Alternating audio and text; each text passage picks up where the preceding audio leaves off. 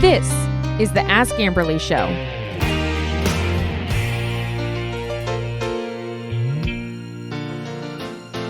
Hey guys, welcome to the Ask Amberleigh Show. My name is Trishelle Cannatella. Thank you for having me. Thank you for having me. This is great.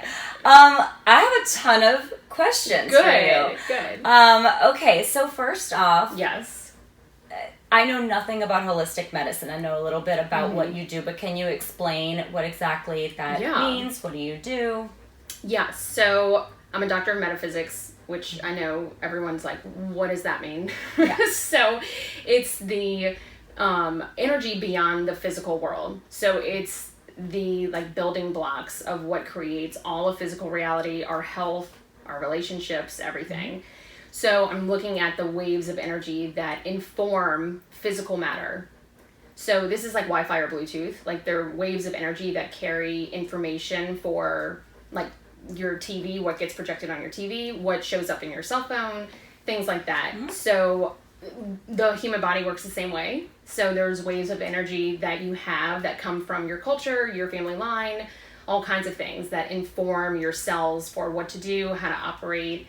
So that's what I'm working with. It's very, it looks like woo-woo. Yeah. But it's not. It's very scientific.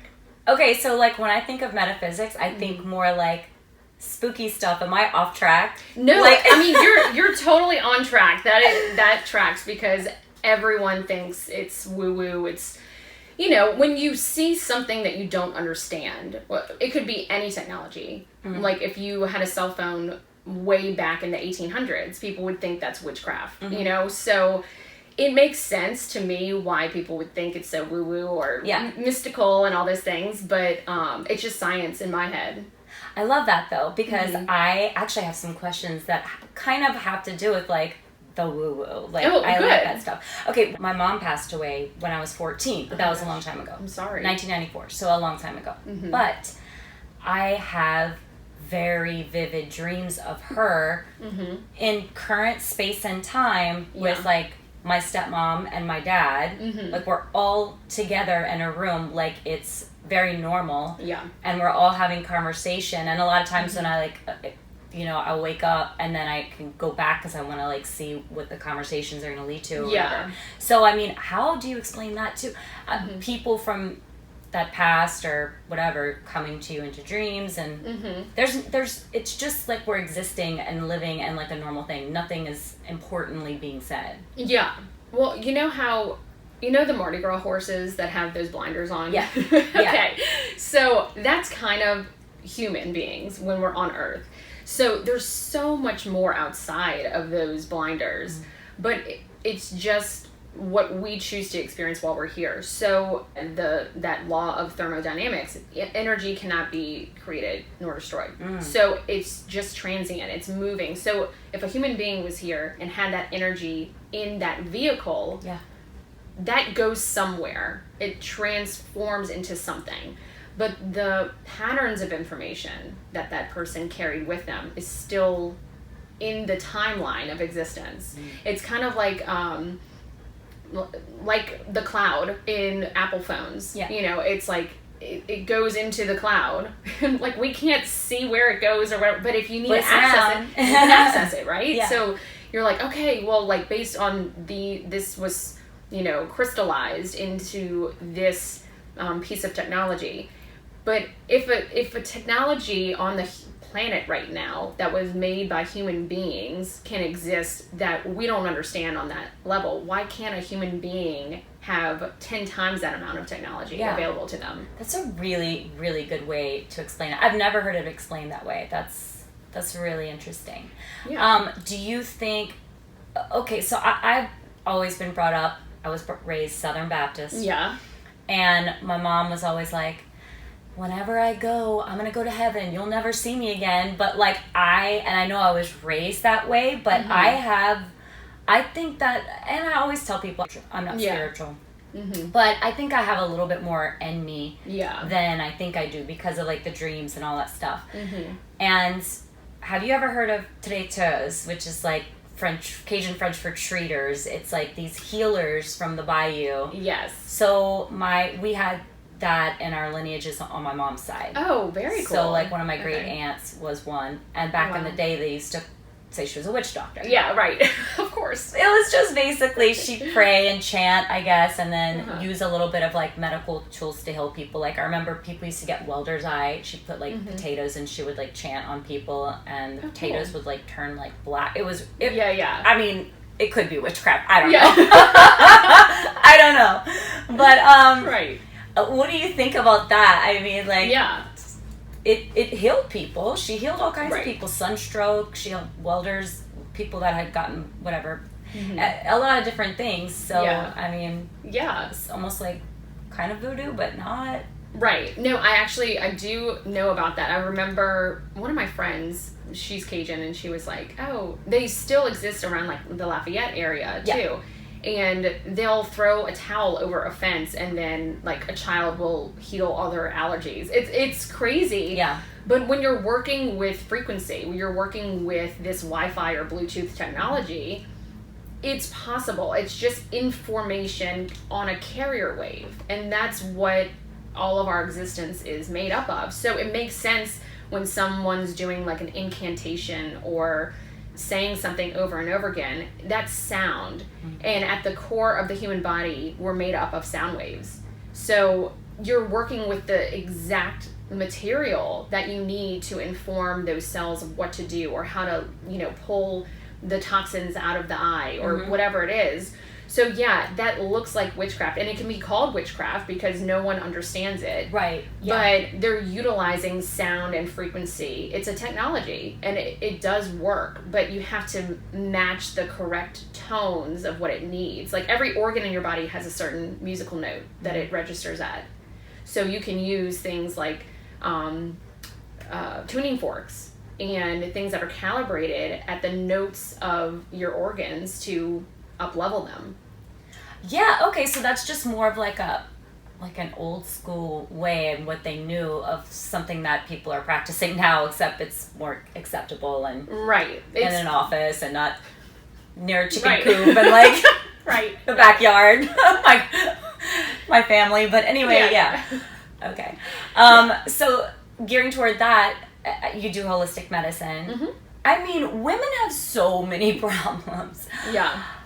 I mean, as far as hormones go, whenever you turn 40, or when I turned 40, everything was out of whack. What can people do? Because, I mean, I've gone to the gynecologist. I've had hysteroscopy. I mean, they have gone inside of me and dug around. Things that, like, it's pretty much elective, because I've just been like, I have all this pain in there all the time, and I don't understand. I was, like, convinced that I had ovarian cancer or something. Oh gosh. And I had a fibroid removed, whatever. But I think I want to go toward the holistic route, because this is not helping. Yeah. They're not fixing it. And I don't want to be on pain medication or anything like that. So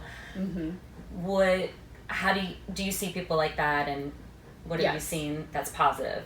Yeah, so even though I work with energy, I don't discount the power behind pharmaceuticals or supplements or surgeries or anything like that. There's a time and a place for everything. Yeah. So, but what's informing your reproductive system to be off kilter, right? That's what I'm interested in. And a lot of that has to do with somebody's belief system. So beliefs are more than, when I say belief system, people are like, well, I'm Catholic, or I'm this or whatever. And I'm like, it has nothing to do, a little bit to do with religion, but it's your belief system, where it's patterns of information that have built upon itself over time and has physicalized in your body somehow. But the root of it is a belief. So it could be something that you experienced as a child that informed the female reproductive system or your hormones. It's not safe to express in this way, or it's not safe to do this.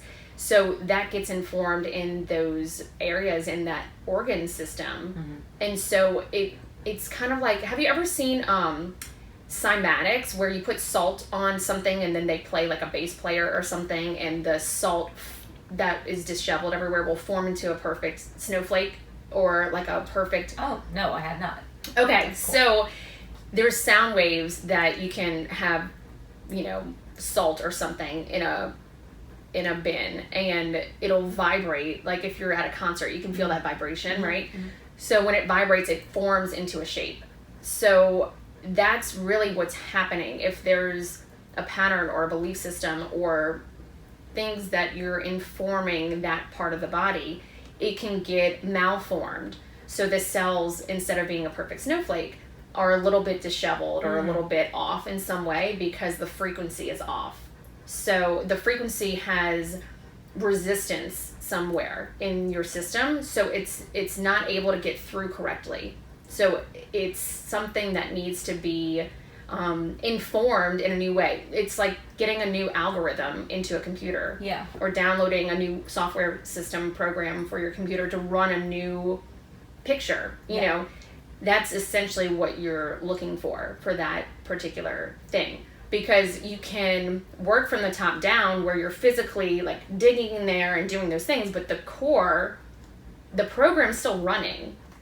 So it's still informing your cells regardless of digging in there and all the topical things you're doing. The information is incorrect. So is it more, it wouldn't be considered like a treatment? Would you just like go deeper into like what's going on with that person instead of just like, I mean, how would you like help the pain? Like there are certain things that you can do. So for instance, if there is, it depends on where, if it's like endometriosis or things like that, I would have to look at some of your blood work too to get the information. Okay, yeah, so you recommend getting blood work for people. Right. Okay. And then I would look at, there may be an excess of estrogen in relation to progesterone. But if you're just looking at the blood work, your estrogen might be fine. But the ratio might be off. So your lab panels, you might think, everything's in the normal range. But the ratio needs to be in a certain way so that it can express itself clearly. So you can use those tools, like if you take progesterone oil and you rub it in your gums before bed, which has been very effective for people, that can start holding that information for your body to sync up to, almost like the tuning fork that we were talking about. Everything, including, it could be a papaya, has frequency in it, it has information in it. So it can inform and hold that energy in you. It's like putting a new algorithm in you by rubbing that progesterone on your gums. It's putting in more information. What does that do, the progesterone? It's just like, it's a hormone? Yeah. I remember I took that whenever I was going through like embryo, IVF, things like that. Yeah, so progesterone, the one that I like to work with, it's from yams. It's like a natural form of progesterone. It doesn't come from an animal. Right, okay. So there are different forms of it, but yeah, it's just an oil that you rub in your gums, and it can help balance out some of the excess estrogen that might be in the system, or excess testosterone. It could be, I would have to look at the panel, but yeah, you can definitely work with specific things, but I would also work on the belief system too. So if someone's working with me, I would tag what their belief is that's at the root of that dysfunction. Wait, but what do you mean belief? Like, get more into that. Okay. So if you had, if you're having problems with your reproductive system, I would probably ask you questions about things in your childhood. It could be things that you're experiencing now. And as you're talking, a lot of that information I can access now. It's kind of like opening up the computer program. And if I'm a software developer, I'm going to be able to read those algorithms. So it's a language that not many people know how to speak or know how to read, but I've been trained on how to do it. So if you're telling me something random that happened to you, so say your mom passed at 14. Right, yeah. When you were 14, I mean. So that could have been an experience that imprinted into your world. So a lot of patterns of information would change at that point, right? Yeah. So that is absolutely connected to what's going on. So, and you know that because I can already feel your energy field shift. I had a very traumatic first, period situation. Okay. Because when she passed, also, I was the kind of child that I was on the bleachers during sex ed. My mom didn't want it to come from anybody else. She wanted to come from her, and you know, basically there was like no sex education. It was like, don't have sex before marriage, period. Yeah. And so we didn't really have a birds and the bees talk, and so I didn't get my period until I was like almost like maybe 16. Yeah. And I didn't really know what was going to happen or what was happening. Right. And I thought that I was dying. I thought that I was like bleeding out, like something was wrong. Right. And I called my stepmom, and she was like, oh, she's like, wait, you don't know about this? And I was like, no. And I was terrified. Yeah. So I feel like maybe that could have been like something traumatic. And that was like the start of my womanhood. I was like, I'm going to die. Which my friends will laugh because that makes a lot of sense because I'm a huge hypochondriac. Yeah. So imagine that experience just informed so much about yourself. Yeah. That developed a belief system in you. So now it's not safe to be female. Yes. That's part of the belief. Yeah. If it's not safe, your reproductive organs are going to go haywire because they're like, this shouldn't be in my body. Reject progesterone, have issues with estrogen, like get out. I'm so uncomfortable with whatever's going on because this means I could die. That's a horrible experience to have. And if that information is continuously pulsing throughout your system, you're not aware of it even. But when I just tagged it, you're like, oh my God, yeah, that totally makes sense. So when you tag the belief, you can overturn it and change that narrative, and then your cells can get on board with that. But until then, that program is always going to be running. So I would go deeper into that belief that you have and inform your system that you are safe to be female. It is safe to do that. And that also, what you mentioned earlier, is actually connected to why you have such a survival instinct. You're like, I will survive, X, Y, Z. Your nervous system is low-key always in fight or flight because of that scenario. So, but you deserve to not have to be in that. You don't have to live that way. Yeah. And it's a subconscious program that you're not really aware of in your system. But now that I've tagged it, you're going to see it show up everywhere. Yeah. It's in everything you do, even down to the person you decided to marry. Yeah. It's infiltrated your whole life. There's so many small things. Like my mom died at 44. I'm 44. So I have had a lot of anxiety and hypochondria and all this other stuff, but it's like I'm fighting. I'm like, I'm going to make it to 45. I'm not going to, that's not going to be my fate either. Yeah. And I have a month and 2 days left until I turn 45, so let's go. After that, I should be fine, right? Yeah. Well, can you imagine your face as an older person? Yeah. Okay, you're good. I could see myself what I'm doing. I'm like hanging out with the girls, like, shopping in Italy. Like, that's what I imagine. But, I mean, whenever people go to you with these issues and problems, and is it almost like a therapy session? You're making them more aware, but then it's like, what if it's too much information for some people and they on the drive home are like, I can't process this. Right. So I even though I can see the full picture, I know what their boundaries are and I know how far I can take it. Yeah. So just because I see it doesn't mean that I'm invited to touch it. Yeah. So I know that going in as a practitioner. That's why I will have multiple sessions with someone, because if I unplug that program, you're not going to be able to process any of it, and then it's actually not going to help you. So I have to kind of spoon feed you a little bit, and I do this work on myself too.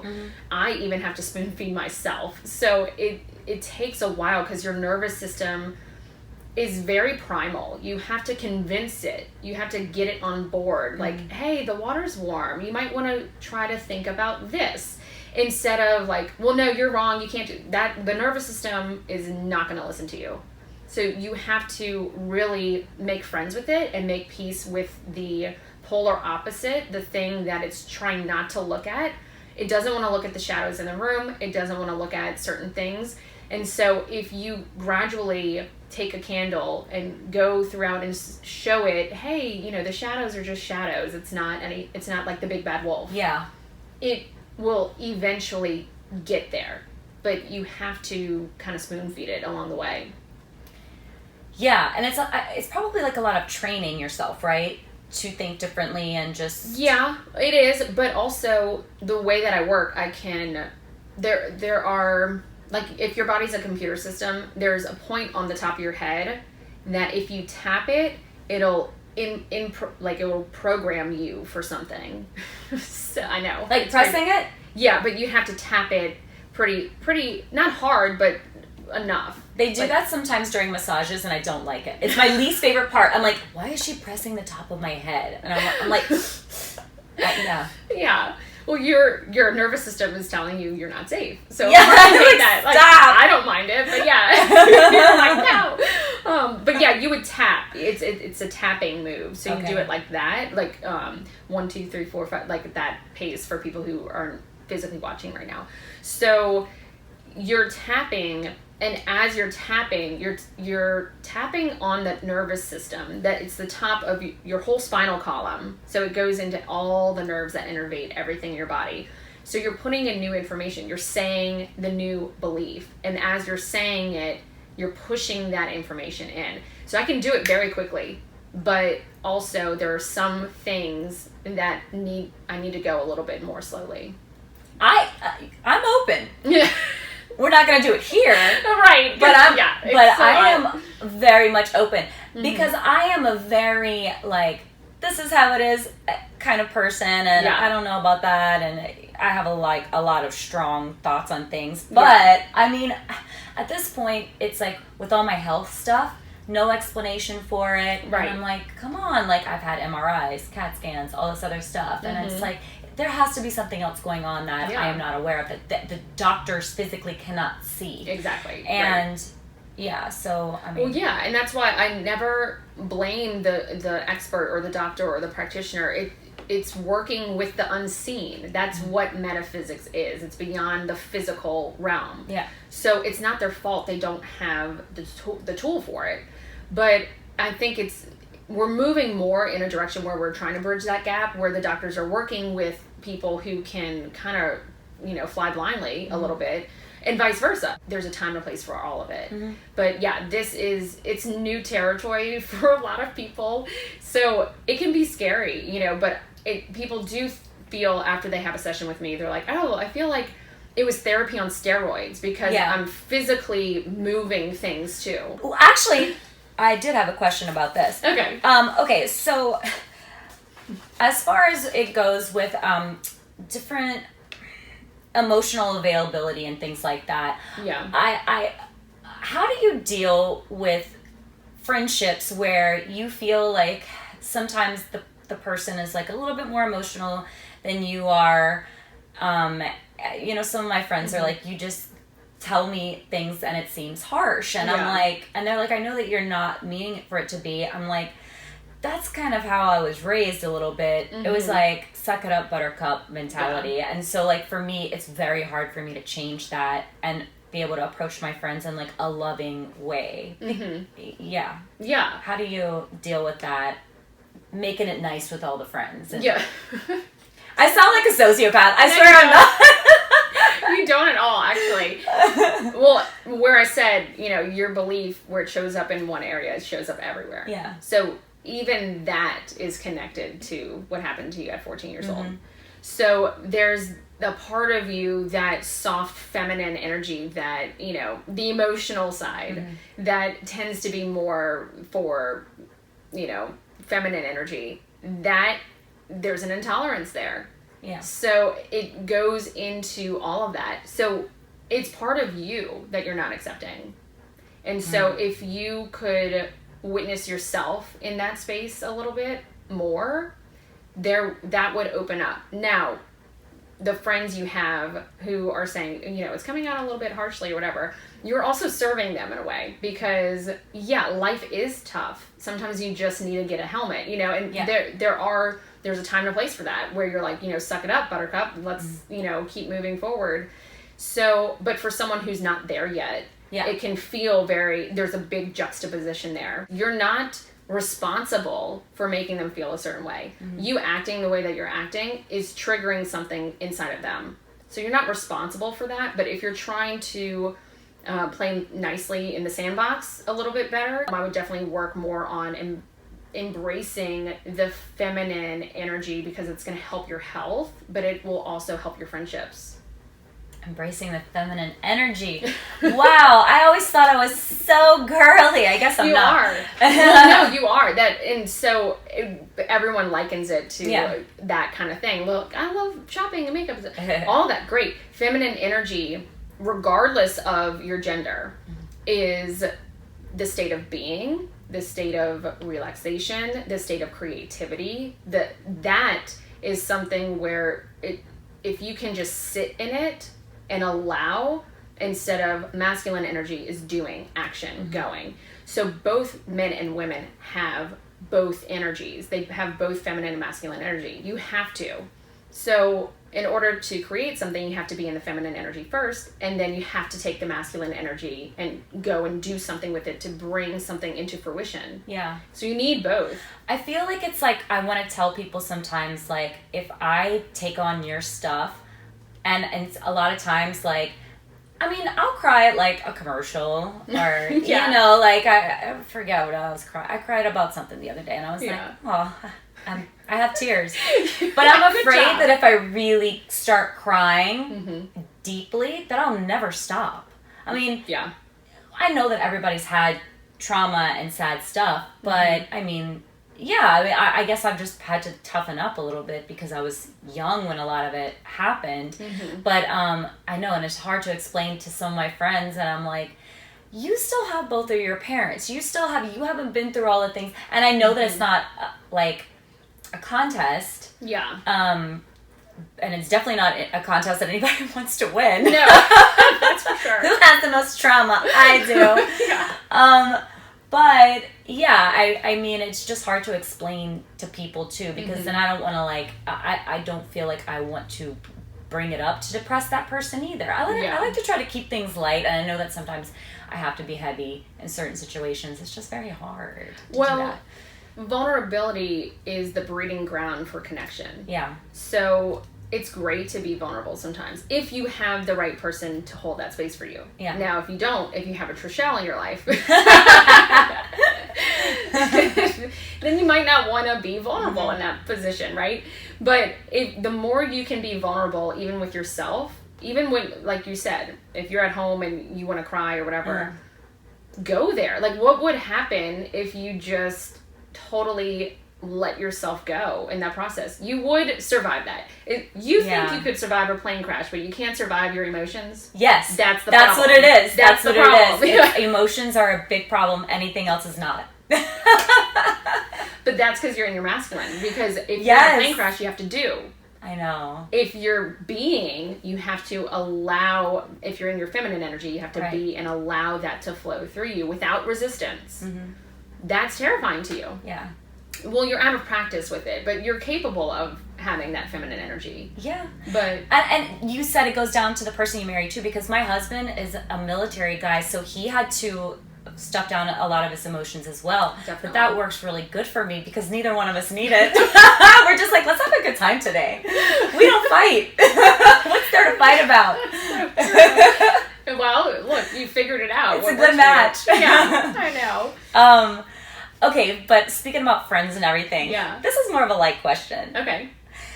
Is it normal to have gossip light in friend groups? And I always tell people, I know that you guys talk about me. Right. I provide very good material for people to gossip about me. I know this.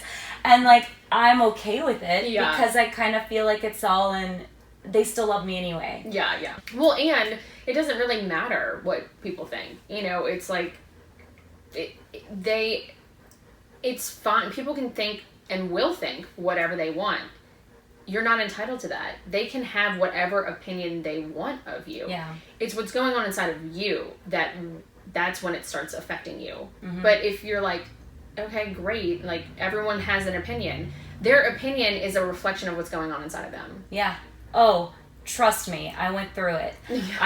My last television show that I did, Traitors, I was so attacked on Twitter for voting someone off, and it was absolutely insane. I was trending. It was horrible for like a long time. Well, for me, it seemed like a long time. Yeah. Everyone else was like, people are going to forget about it in 2 weeks. And I'm like, but that like 2 weeks was just, because all you can see is what people were saying about you, tagging me and stuff. And I was just like, this is absolutely horrible. I was legitimately traumatized that I was asked to do 2 other shows and I said no. I was just like, I can't. Like, I was so traumatized by the situation that it's like, I'll go on Twitter sometimes and I'll like imagine that I was trending again. There's so much. Like, you need to help me. Oh, yeah. I'm like, okay, we're going to be here for days now. I'm kidding. But anyway, I have another question to do with like relationships. Yeah. So how do you deal with like 2 very stubborn relatives that I'm in the middle of these 2 people and I love them both so dearly and they have not spoken in 3 years and they just do not want to speak anymore, and it is the most heartbreaking, sad thing. We have to plan family functions around them. It's just the saddest thing in the entire world. The more you see both sides as valid, the more neutralizing it becomes and the more you get back into balance. Because picture both, even the one that you're like, they're the devil. They are 100% valid based on their belief system, their thoughts, that's valid. It's allowed to exist and express. The opposite end is also 100% valid. That's allowed to exist and express. So when you're not judging the situation and you let go of the resistance of this person needs to not be this, that's when things can open up. Yeah. So when you're dropping that judgment and allowing that to express and seeing it as valid, it helps move that energy a lot more than if you're, even as an onlooker, judging the situation as being wrong, bad, evil, not allowed to express, not allowed to be here, not allowed to do what they're doing. They have 100% of a right to being that way, which is the tough pill to swallow, because even though you wouldn't be that way, it's hard to be in the middle of situations like that and try to do the right thing and try to, I mean, at one point I was like, maybe we just surprise them and invite them both to Christmas. And then another family member was like, I don't think that's a good idea. Are you ready for another TV show? Yeah, I mean, that like, would be bad. Yeah, so probably maybe I should, just like you said, that is a good advice actually, just to hear and see them as equal and try not to take. And you can invite both of them, but leave it up to them. Inform them, hey, everyone's coming. It's totally up to you. You're more than welcome. Put it back in their court.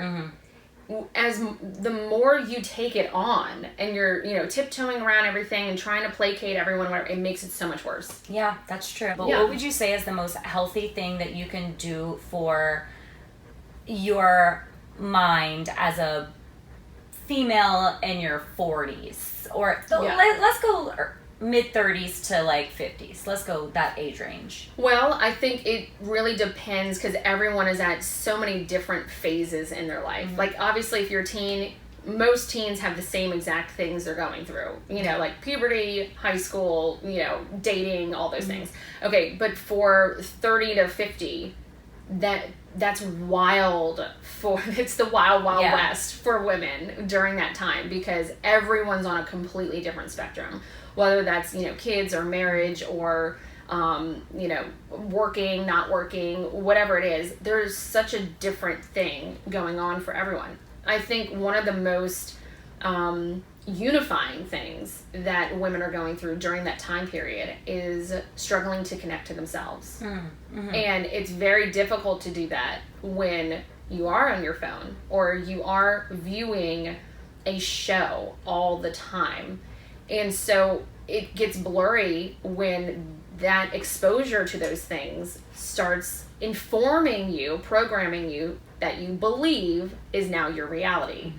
And when you walk outside, it is a different reality, but you don't believe that because of what you just programmed yourself with.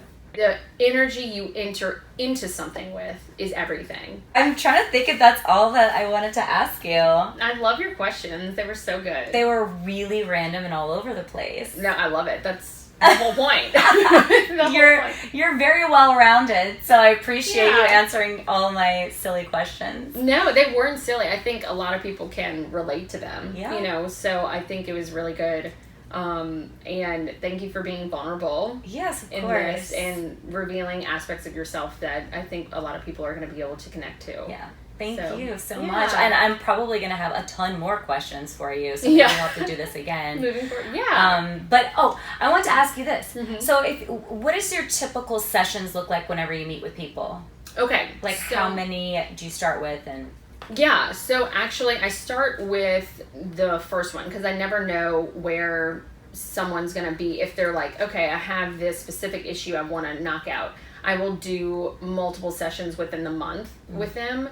Or if it's someone who's like, well, I'm kind of curious. I get a lot of that. Yeah, I kind of curious about what you do. So, and we'll start there, and then I might not hear from them, you know, for another 2 months or something, because it takes them a minute to process everything. And then they're like, oh my God, okay, what you said about this, what you said, you know, they start seeing everything. But yeah, normally I would say it depends on the issue, but I would do, typically the pace is like once every 2 weeks to see someone to break through something, and my goal is that you'll never need me again. Oh, okay. So yeah, it can be like I've worked with someone for like, you know, since I've been doing this, actually, I guess like 10 years, and they just want to tune up. So we can go deep, we can go surface level, we can work very much so on hormones or physical ailments, things like that. We can also work on relationships if someone's going through a divorce. It runs the gamut for people.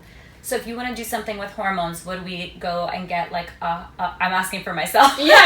Do I go get a hormone panel and then come and see you and see like, this is my blood work, what do you think? You could, but we already kind of tagged the belief right now. So we could start with the belief if you wanted to, and start shifting that and just seeing if things start changing or how you're feeling, and, you know, getting improvements there. Some people like to start with the hormone panel to have like a baseline, and then, you know, 6 months down the line, compare and contrast. That's fine too. But yeah, I could kind of feel into what you were dealing with already because of things that you revealed. Yeah. So I don't necessarily need to see the blood work for that, but we could do that if you wanted to. Okay. It's totally up to you. Just a question for anybody who's listening. Yeah. Thank you so much. Yeah. This was awesome. I appreciate you answering all my great questions. And also, wow, I'm a host.